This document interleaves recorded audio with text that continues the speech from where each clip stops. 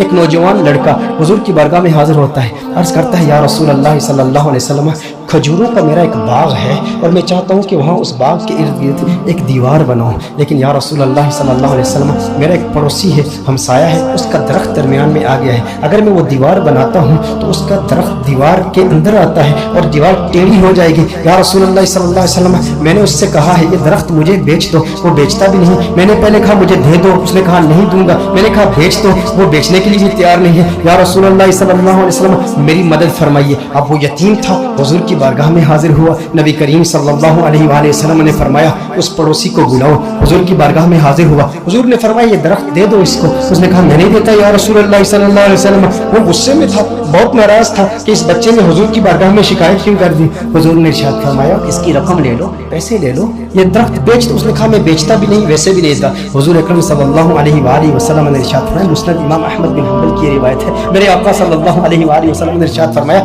اچھا ایسا کرو کہ یہ درخت تم اس کی قیمت بھی لے لو اور اس درخت کے بدلے جنت میں ایک ایسا درخت ہوگا کہ جس کا سایہ اتنا طویل ہوگا کہ اس کے نیچے اگر 100 سال تک ایک سوار اگر سواری کرتا رہے تو اتنی طوالت ہے اس کی، اتنا سایہ ہے اس کا، وہ درخت جنت کا بھی لے لو، اس نے کہا یا رسول اللہ صلی اللہ علیہ وسلم میں قبول نہیں کرتا۔ اب وہاں پر صحابہ کرام علیہم رضوان موجود ہیں، حضرت سیدنا ابو الدحداء رضی اللہ تعالی عنہ صحابی رسول موجود ہیں، عرض کرتے ہیں یا رسول اللہ صلی اللہ علیہ وسلم آقا اگر یہ درخت میں کسی طریقے سے اس سے خرید کر اس یتیم کو دے دوں تو کیا یہ آپشن میرے لیے بھی اوپن ہے کہ جنت میں مجھے بھی وہ درخت مل جائے گا؟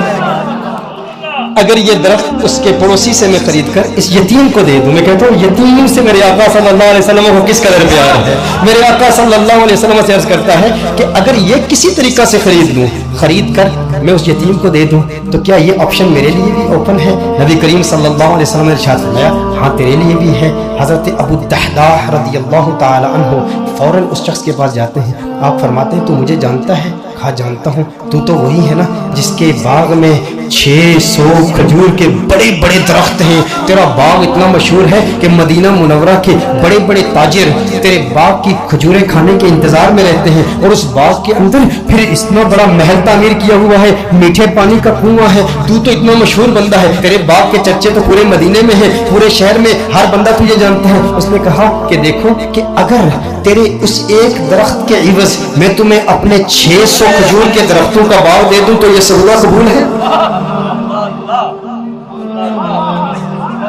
یہ سودا قبول ہے؟ وہ حیران ہو گیا، یہ کیسے ہو سکتا ہے؟ ایک درخت اور ادھر اتنا بڑا باغ، ابو الدحداء کیا بات کر رہے ہو؟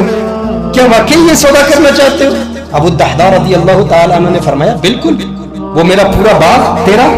600 کھجور کے درخت ہیں، اس میں ایک بڑا ہی خوبصورت محل ہے اور اس کے گرد ایک بڑی نمایاں دیوار ہے جو مدینہ منورہ میں دور دور سے نظر آتی ہے۔ کہا وہ بھی تجھے دے دوں گا، وہ محل بھی تیرا،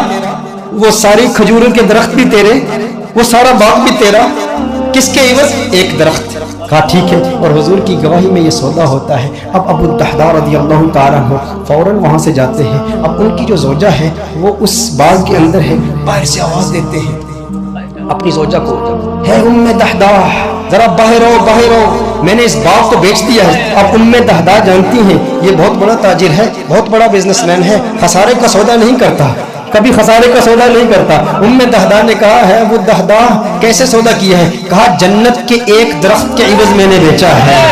اب دیکھو میرے دوستوں، اب دیکھو ام دحداء، وہ نیک بخت خاتون، وہ خوش قسمت خاتون، اس کی عظمتوں کو سلام۔ آج آپ سوچیں کہ اگر آپ کی بیوی ہوتی اور آپ اپنے گھر جاتے اور اپنی بیوی سے کہتے ارے سنتی ہو باہر آ جاؤ باہر آ جاؤ، گھر سے باہر نکلو، یہ گھر اللہ کی راہ میں دے دیا ہے، وہ کہتی ارے ابھی تو یہ نیا ٹی وی رکھا ہے، ابھی کچھ زیورات رکھے، زیورات تو نکالنے دو، ارے نادان انسان تو نے کیا کیا، گھر ہی اللہ کی راہ میں دے دیا۔ ابو الدحداء رضی اللہ تعالیٰ عنہ نے باہر سے آواز دی، کہا ایک جنت کے درخت کے عوض۔ ام دحداء نے یہ بات سنی، کہا تو نے بڑے منافع کا سودا کیا ہے، بہت منافع کا سودا کیا ہے۔ ام دحداء فوراً اپنے بچوں کو پکڑ کے اس گھر سے باہر نکلتی ہے، باغ سے باہر نکلتی ہے، اب ننھے بچوں کے ہاتھ میں کچھ کھجوریں بھی ہیں، کھجوریں ان کے ہاتھ سے نکال کے کہتی ہے اب یہ کھجوریں ہماری نہیں ہیں، میں نہیں چاہتی کہ کوئی ایک کھجور اللہ کے راہ میں دیے گئے مال سے میں اپنے جیب میں رکھ لوں، تو لے لے، کہیں اس کی وجہ سے جنت کے درخت میں ہمیں خسارہ نہ ہو، کہیں جنت کے درخت سے محروم نہ ہو جائے۔ ساری کھجوریں لے کر باغ کے اندر رکھ جاتی ہے۔